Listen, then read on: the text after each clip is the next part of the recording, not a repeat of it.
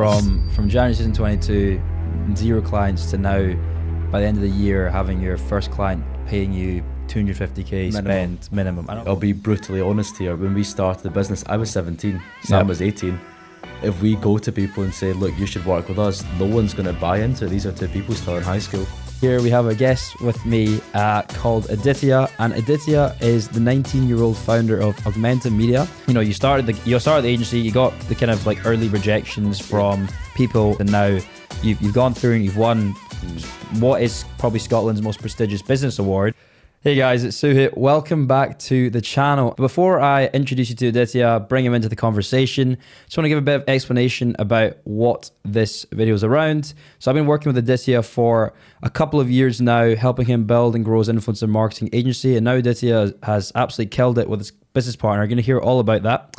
But before I bring Aditya in, make sure you like, subscribe, comment, and let's get into it. So Aditya, lovely to chat to you today. I would love if you could just give yourself an introduction, explain who you are, a little bit around you and what you're doing right now with the agency. Yeah, so lovely to be here, Suhit. As mentioned, I'm Aditya. I'm the 19-year-old co-founder of Augmenta Media.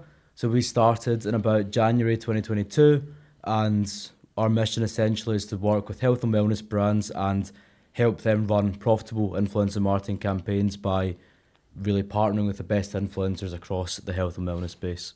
Okay, so you started in January 2022, and what, this is now almost the end of 2023. So you've been running this agency now for 2 years now, and you've been running it with a business partner, right? Yes, my co-founder Sam. So we started this together, and he's now actually in Australia helping us kind of launch our agency into the Australian market now. Okay, so wow, so in 2 years, you've started with a business partner, and now you're launching into a second market, which is crazy. Okay, so let's go right back to the start.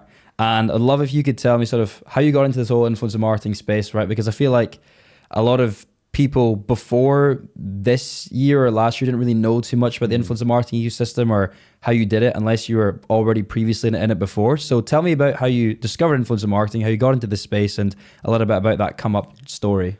Absolutely. I mean, you know yourself, the end of 2021, this whole creator economy, it was just getting, the phrase was getting thrown around everywhere because, you've got Logan Paul, KSI, people are launching really successful brands, multi-million figure brands, just because they've got some sort of loyal audience. And we're looking at this thinking there must be a way that we can also capitalize. We understand why influencer marketing works. People trust people. We will buy from recommendations made by friends. And it's when we really spotted an opportunity in this market, because there's no agency that was working really kind of solely with health and wellness brands.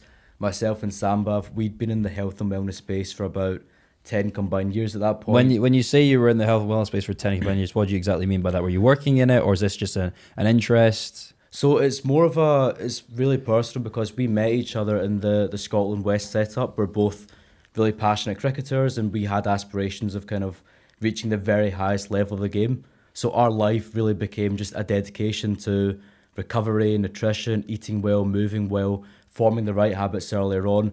And this really allowed us to resonate with our target clients. They look at us and they see people that actually care about their mission and understand the impact they're trying to have on their consumers. Yeah, I think that's super important, because it's kind of similar with me, right? And that's why I specifically got into the gaming influencer marketing space, because I was doing gaming previously. I was starting YouTube gaming channels. I understood how these kind of gaming creators operated because I tried to do it myself. I got 37,000 subscribers when I was younger. And then I was also working at a very large esports company. So I feel like going into a niche that you have previous interest and also experience in allows you to really kind of cut those steps early, right? Exactly. I mean, we reached out to yourself and obviously asked a bit of advice, which we'll touch on in detail. But one of the first things you said to us was you can't enter the market and expect to just conquer all of it. You said to start with a niche. And that's when we started thinking, what are the areas that we're passionate about? What kind of brands do we want to work with? And health and wellness was such an obvious fit then that it made a lot of sense to go into. Yeah, that makes sense. So you discovered the sort of creator economy kind of buzzword, I guess, in 2021, and you started exploring, right, what, you and Samba are both entrepreneurial, both interested in health and wellness. I assume you started exploring what sort of business models were out there, and then you discovered the creator economy, and then that was what made you decide to sort of look into influencer marketing, or was it the fact that you were sort of looking into sort of your peers and alumni, and obviously then you found me, and obviously I guess you probably followed me and whatnot. So how did you kind of end up in influencer marketing? It was a real mixture of both. The factors you mentioned there, obviously, we looked at the business model and we saw just how much potential influencer marketing had. Now the market's a lot more saturated, of course, but back then, you know, it was really starting to take off, a lot of profit to be made there, and we saw this opportunity. And that's when we reached out to yourself and you said, you can do this, right? And you outlined essentially a plan that we can follow, a roadmap to get us from where we were to where we are now. And from that point, we spent about a month or two just really building knowledge, trying to essentially understand the entire industry and where exactly that niche market segment is, where exactly we can really capitalize on it, and we got started from there. That's interesting. Yeah, I want to just touch on the point you say about the saturation, which is super interesting, because I mean, I got into influencer marketing like with my agency in 2018, and you guys got in 2022, and in 2018 it was even less saturated. Exactly. 2022 still not that saturated. Now it's a little bit more, but I still think that we are so early on. You know, I was talking to someone who works in the insights sort of space in influencer marketing, and influencer marketing is still only 1% of the sort of global advertising spend. Apparently is 1%, right? And it's already multi-billion sort of dollar industry. Imagine what's going to be over the next 10 years. So as much as it might be kind of saturated right now, I think the only reason for sort of saturation is because there are lots of the sort of cowboy agencies coming in, doing stuff, but they'll get weeded out, and then there will really be the opportunity for people like us, but also new people to enter the market still, and then grow and build very successful companies over the next sort of 10, 20 years as this becomes a multi-$100 billion industry. I think the main thing is something that you touched on with us very early in our journey, and that is that we need to have something that really sets us aside. So in your case, I know, for example, it was talent management. It was having exclusive access to lots of talent that you could have through previous connections and brands. Now they have to go through you to work, and it becomes like a opportunity for further campaigns. And you said to us, look, you need to have something that really sets you aside. And for us, after we'd done some research, for us that was influencer seeding. So we initially introduced seeding, which is a more kind of relationship focused, long-term approach to influencer marketing. And we ran seeding alongside typical influencer campaigns and also UGC campaigns. About 6 months ago, we done a whole 80-20 in the business, and we saw seeding as the best area for us to just go all into. And we are now an influencer seeding agency. Yep. You've dubbed us as the seeding experts. Yeah, you mean exactly. you're the seeding kings on LinkedIn. I mean, Sam Bav's got on his LinkedIn his pronouns as influencer seeding. Exactly, I mean, you guys are that, right? So we'll touch on like your expertise in that area in a second, because I think that's super important to kind of like share on the YouTube video. But I want to understand, because you went previously, you were discussing about how you took a couple of months to really just understand the business model, really get into it. So I'd love to understand kind of, how did you go about getting your first client? How long did that take? Who was your first client? What was the process? What did you do? Just give me that whole like understanding of how that all worked. Because obviously the first client's also a super interesting one, because it's your first client firstly, but secondly, it's like can either go really well or can go really badly. So I'm interested in hearing how that all went. This is such a mix. Like, it's everything you've talked about, they're all put together. So first client, initially it took us quite a while to get our first client. One of the big things you said to us was, go big in personal branding and go big in events.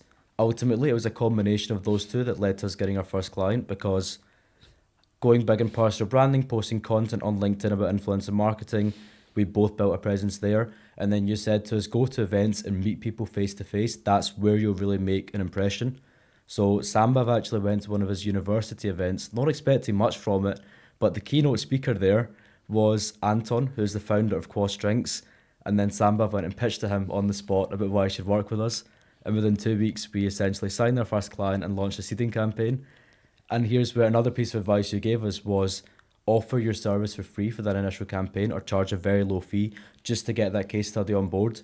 We charged a very nominal fee. We charged what would literally be about maybe 4% of what we charge for our campaigns now.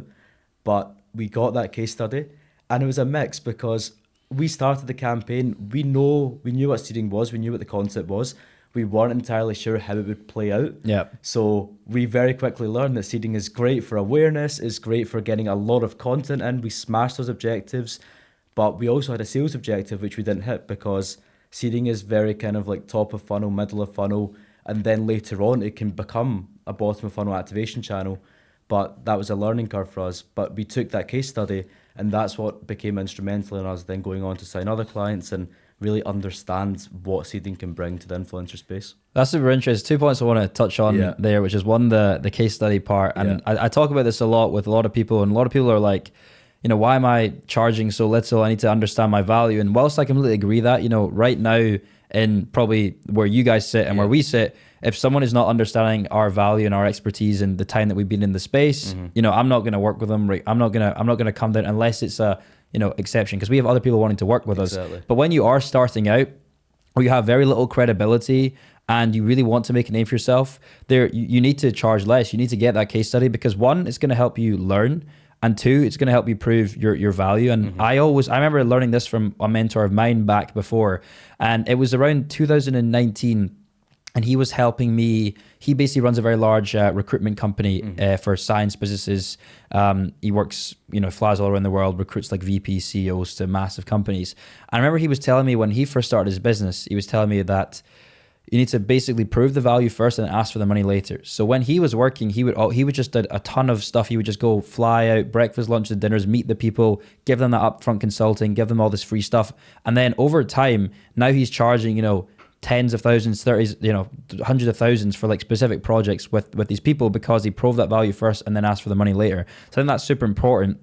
And then secondly, Quaz Drinks is super interesting because it kind of ties into my next question, because I know of them because I judged them at Scottish Edge. And what I was going to actually ask you about next was basically, I know you won a very prestigious award, which is Scottish Edge. So could you tell me a little bit about that? Because you've done that in your first year and a half. You've won within the first year and a half, like a 5-figure grant. So tell me about that. Yeah, so the whole process, start to finish, was a really exciting stage, because we won Edge in our second time going through the application process.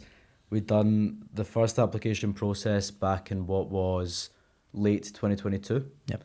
And we were very confident because we were trading, we'd made a bit of revenue, but we went through the process. And while we didn't win, what we got was some very important feedback. And then we sat down with yourself, we dissected the feedback. In fact, it was the very next morning, the first thing I done, I woke up, saw the email, gave yourself a call. This is what the judges have said to me. And then we broke down the feedback. We set aside a plan. How can we go from where we are now to where the judges want us to be in the next application process? And then we just set about implementing that plan. So the big bit of feedback we got was, you guys need to have more revenue and you need to show that you can specialize in this market.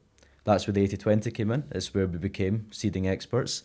And then revenue-wise, it was working with yourself and how can we change our marketing plan away from awareness to literally getting clients on board and really focusing on scaling up revenue. And then we went through the second application process in early 2023, worked with yourself again there on the initial application, the video, and then a lot of prep with yourself for the interview itself. It was a 3-minute interview and a 7-minute Q&A. Yeah. Where I remember all too well. Yeah. So you must remember grilling us in that process there. It's I think it helps, I was a judge like a couple of rounds before you, so I kind of understand what we look for. But you guys smashed it, and you're now some of the youngest winners. I think you're the youngest winners after me. After you, we are the youngest winners of Scottish Edge. I don't think actually anyone can beat me, because I won it on my birthday when I just turned 18. So it's a hard level to beat. Yeah, but that just is a testament to show that you started the agency, you got the kind of early rejections from people, and you've taken that feedback, you've taken those learnings, and now you've gone through and you've won what is probably Scotland's most prestigious business award. You've won 5 figures in grant funding, and now you're using that money to kind of grow and scale the agency, which is fantastic. Exactly. And we sat and we dissected exactly why we'd won that, because knowing where your strengths are is very important for any other pitch or any other investment we go for example. And what we realized from both this competition and other competitions that we've done and won, the biggest thing that the judges loved about us was the founding team. So myself, Sambav, what we brought to the board, but more importantly, the network that we built around us. So whether it's having yourself as a mentor and the other mentors that we have, whether it's the kind of entrepreneurship network that we've got there, they understood just how important it is to have people that have achieved what you're looking to achieve, and that they're an active part of your growth process. They're on hand to advise you when and where you need it. Yeah, I completely agree. I mean, I've had mentors, I've had advisors. We have 2 consultants in the business that we brought on this year. And it's one of the biggest things that I definitely neglected at the start. And, I've been in the space now for 9 years, and I've obviously done well in the last 5 years of building this agency. But I always think to myself, like, if I had built that advisory board and that advisory network and actually like paid people for their time and taken that sort of consideration, could I have grown much quicker? And now I'm actually physically doing that. We pay a consultant on a monthly retainer. We pay 2 actually for different things, and it made me realize that there are kind of like 2 main things, in my personal opinion, when you are wanting to try and start and build a successful business. Is one, either go and get work experience in the kind of company you're trying to do. And a lot of people shame this. Like, a lot of people are like, oh, why would you go and work a 9 to 5? We're trying to build a business. And it's like, I don't think you realize that you actually have to go and get real world experience before you can start the company, right? And I mean, that's what I did for those 3 and a bit years. I just learned online. I got my job at ESL. And again, like, a lot of people just don't understand the value of that, but I can testify that to myself of like that 3.5 year process of me volunteering, learning has now paid, millions in business. And the network as well, like the people you met there, some of the clients you then took through to Saldus, and some of the talent you took exactly through. Like we started the business I started the business a day later because I could just bring talent over, right? So the network's super important. So it's that aspect, or just working with someone who has sort of been there and done that and kind of like buying the information from them. And that's exactly what I'm doing right now. We've taken on a consultant who exited his agency for 27 million, not an influencer marketing agency, but like a digital marketing agency. And we're literally just paying to him to learn, essentially, because it's like, I could either, because you're going to pay either way, right? You're going to pay in the time and money doing it yourself, or I'm going to pay just in the money, learning in a much quicker process from a guy who has been there, done that. You obviously need to find the right mentors, the right consultant, the right programs. But if you do find that, then it's literally just a fraction of the time to achieve what you're trying to achieve. Exactly. I mean, the learning part of it never stops. And, we're in a space where it's always changing. Yeah. No day is going to be the same. So mate, so much has changed this year as well. Exactly. No, that's awesome. And I wanted to touch on to another point that you made earlier about the LinkedIn and event stuff, because you and Sambav from the beginning have gone extremely aggressive on LinkedIn and the personal brand strategy. So, which is amazing, because that's something I preach about a lot, especially the people that I work with, is like how important LinkedIn is, because for us, it was the main source of our clients to begin with. So I want to understand a little bit about your guys' sort of process and thought process around LinkedIn, why you've gone so aggressive on it, a bit about your strategy and what you're doing, and I guess maybe any secrets that are in the pipeline coming up. Obviously, you don't have to share too much, but like what's coming up with the personal brand stuff for you two, because I mean, from what I think I discussed with you guys a couple of weeks ago, virtually all your clients have either come from events or LinkedIn personal brand, right? That stands true with a few from referrals now. Yeah. That referral pipeline's been, I guess referral is kind of personal brand in a sense. Exactly. So yeah, but I mean, referrals is what you eventually want to get to. We can touch on that in a little bit as well. But if we break down the whole going hard on personal branding, if we look at it, like, I'll be brutally honest here, when we started the business, I was 17, Sam was 18. If we go to people and say, look, you should work with us, no one's going to buy into it. These are 2 people still in high school. What do they know about the space? So us building a personal brand was one, for us to show that we're serious about this journey, to show that we actually have expertise, that we're learning. Initially, it was us posting content on influencer marketing itself, seeding why it's important, the results it can achieve. And now we've been able to change that a lot more into results-based content, which is where we're seeing really good results. So whether it's case studies from campaigns, insights from campaigns, showing examples of content we've generated from campaigns and the case studies there, that's been really crucial, and brands then approaching us to work with them. So we've got a really good inbound system now that comes from posting all this content. And that's the dream for any agency, where you have predictable revenue coming inbound to you, as opposed to having to continually fight for new business, because that's a much more tedious process, and also a process that people would rather not have. I'd rather not have to do any outbound and just know I'm getting inbound every single month, and I can focus that whole outbound generation time on something different, right? That's the ultimate goal for any agencies, to be in that position where people will come, and building the personal brand is so important for that. Building your sort of case studies, your content that you can then push out there. And it's also obviously helped you guys in a lot of other ways, right? Because you guys, I think, I don't know if it was last month or month before, were scouted to speak at a very prestigious sort of event in your niche and industry. So can you tell me a little bit about that? What were you speaking at? How did that opportunity come through your LinkedIn? And then also, what were the results from that event? What did you get out of it? Because I'm very curious to see if that led to actual then conversion for the business. Because I also then preach a lot about going to events and speaking and things like that as well. I know we do quite a lot of talking, but we went to... Too much. So we were invited to Amsterdam to speak at the Active Nutrition Summit, which of course... It's a conference with all the kind of brands in the active nutrition space, whether it's for sports nutrition, etc. And of course, that's a massive target market for us. And we were invited there by one of there's a brand that were part of the setup for that, and we'd actually worked with them previously, and we'd smashed the campaign, which just goes to show how important getting your clients' results are. And you know, Nathan said to the organizer of the event, look, these are two guys that you need to have come here. Their expertise in the space, what they're doing is different, it's raw, and you should have them come and talk. It'll bring a lot to the event. So they invited us, we went across, and we essentially done a 20-minute breakdown on the social media space, on influencer marketing, on influencer seeding being the kind of the new era of influencer marketing, why it's so important. And the talk itself went great. I think we brought a lot of youth to the summit. I think all the other speakers are probably more than twice our age between me and you. But yeah, it was a really good event. And in terms of direct results, we've got 3 or 4 clients in the pipeline. You know yourself how long the turnaround is from these things. Yeah. Sales cycle is much longer than influencer marketing. You know, I think you see a lot of that whole SMA content on YouTube, and it's like, you know, you get that one call closed. Doesn't happen. Never seen it. B2B sales is so different. B2B sales is, I have very rarely ever had a sale where someone has said on the call, yeah, we're doing this and let's get the payment going. It always comes with a few more follow-ups, a few more conversations, changes, plans change, budgets change. Always it's a long happens. process. It's interesting to see that, like, obviously you guys work with some really big brands, us now working with, I guess, the more kind of 6-7 figure brands. It remains the same. There's always someone else has to approve it. There's always some kind of hurdle in the way.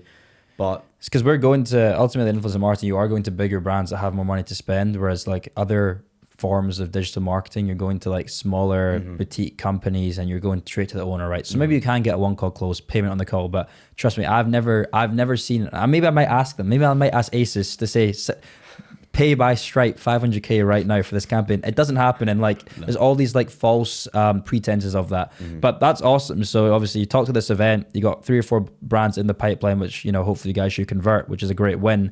I know we did talk a couple of weeks ago on WhatsApp about some recent wins. So I'd love to understand, you know, you guys started early 2022. It's now almost 2 years on. You're getting all these amazing wins that I'm seeing. You're telling me about this just now.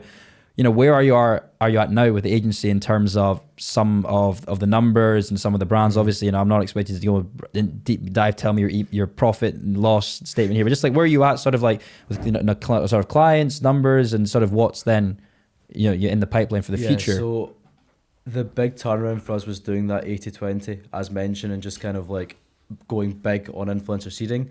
And since then we've signed about 7 or 8 clients. We've retained most of them as well. So our model is kind of seeding and then turning that into paid partnerships. We're probably aiming to hit the 10k per month mark by the end of the year, which is a massive step up from us from where we were a few months ago. We've recently signed KSM 66, who are the world's biggest ingredient manufacturer for ashwagandha, and we've got a contract with them for 250k spend. So that's going to be massive for us. From January 2022, 0 clients to now, by the end of the year, having your first client paying you 250k spend minimum. And obviously I know you said it could be up to $1 million as well if it goes well. So, you know, and that's crazy, you know, to think that, you know, 2 17-year-old and 18-year-olds who joined the space a year ago are now working with the biggest like ashwagandha brand. And this is all personal branding. This was an inbound lead on my LinkedIn from someone that had seen my content, seen the results, and just emailed me and we took it from there. But that's crazy. So in the last month, what you say, you signed about 4 seeding clients in the last month, which is around 5 seeding clients. 5 seeding clients, which is around what, like 15k? Yeah, around the 15k mark. You're on track to be getting to that sort of 10k per month, sort of consistent revenue, mark. And you're very close to finishing off. Have you signed it off? So yeah, this has been signed. Okay, so you've signed off now. 250k budget. Which is, and what's the sort of, I presume you're getting a percent, don't tell me percent, but are you getting a percentage of the budget is your fee, or are you doing a sort of So it's a percentage of total spend. Whatever we spend on the creator is a certain percentage. That 10K per month mark is going to be blown in the water from this. Right. So I thought, you're lying to me. It's about 50K per month now. But amazing. That's fantastic. Wow. You guys have come a long way since then, since we started working together. It's crazy because I was talking to Zach as well, who obviously works for both of us as well. And I was talking to him about like how when he first messaged me and how far we come along. And it's the same thing for you guys. Like when you guys first came to me on that call, and we had that call years ago now. Well, I say this to people, that call, if you remember, you'd said to me, I've got 15 minutes free. That lasted an hour and a half, that call, because we just got into the topic and it just didn't quite end. I just wanted the guys to give you that, but look at that. So from that one and a half hour call, and look at, wow, it's crazy. Amazing. Right. So I want to wrap up with one last question. But obviously, as you know, a lot of people who watch me and reach out to me and stuff are like either brands or also then young guys trying to enter the agency space, obviously similar to you guys. So we'd love to understand from you guys starting the space about, almost 2 years ago. You've been in the space for less time than me, so it's kind of more fresh and quite new. For you guys starting the space, and for people who maybe want to get started in the space, in the next couple of weeks or in 2024, what do you think is like, your top, 2 bits of advice that you would suggest to people who are trying to get into this influencer marketing space and start an agency themselves? I'll go with 3 because I think there's 3 that go together. We'll go with 3 then. I was going to say 3, but I thought everyone says 3. Let's just say 2. But we'll go with 3. We'll be 3. First one, of course, is finding a mentor, finding someone that's been on that path as you, and someone that can advise you in the process, because there's been lots of times in our journey where we've just been stuck and not quite known where to go. And I've messaged you, and even if it's just someone to bounce ideas off of, someone to get feedback off of, that whole process there is really important. And then that brings me on to number 2, and it's working with that mentor to identify what unique concept you can bring to the market. Because like we touched on, there's lots of space in the influencer world for someone to go and make a lot of money off of it, but it needs to be something unique. It needs to be something that, 1, has revenue potential, and 2, not a lot of people are doing it. So it's working with a mentor to identify what that is. And then that comes on to 3, building a personal brand and showcasing that to everyone, how you're different and how that's achieving results for you as well. Yeah, and I've got no doubt that the 2 of you are going to go very far in this space. I mean, you've made huge strides within the first couple of years, which is crazy, and I can't wait to see where you guys are at. Sort of at 5.5 years on, where I am right now in my agency, 3.5 years time. It's crazy because I mean, in my first 2 years, I don't think we got a client who was going to spend max $1 million potentially with us. I think we got our first brand that spent 250K with us, I think in 2019. So maybe about 2 years on as well. But get into that potential $1 million spend is huge. It's a massive. Yeah. So that's let's see how that goes, and let's make sure that goes very well, because you don't want to be just getting at 250. You want to get that $1 million spend. You want to get the results, which get another $1 million locked in next year. Yeah. Exactly, and that's how it goes, right? You do really well first time, and you have the ability to then upsell them and retain them for longer term. So amazing. Well, Aditya, thank you so much for your time and for jumping for the conversation, and thank you guys for watching this video, and hopefully we can do more sorts of interviews with people like this in the future. If you enjoyed this video, please make sure you leave a subscribe and you like, and also leave a comment if you enjoyed the video. Let me know what you think about Aditya's journey, anything, questions you have around influencer marketing. And also in the link in the description, there is my free Telegram community. And what you can do is you can join that. There is daily free influencer marketing value in there. So you don't have to wait for the next YouTube video that comes out in sort of every 7 to 10 days. You can learn directly in there. And you can also reach out directly to me. If you've got any questions that maybe we didn't cover on this call or anything, maybe in for Aditya, you can reach out to me there and we can cover that. So yeah, I'll see you guys in the next video. Thanks very much.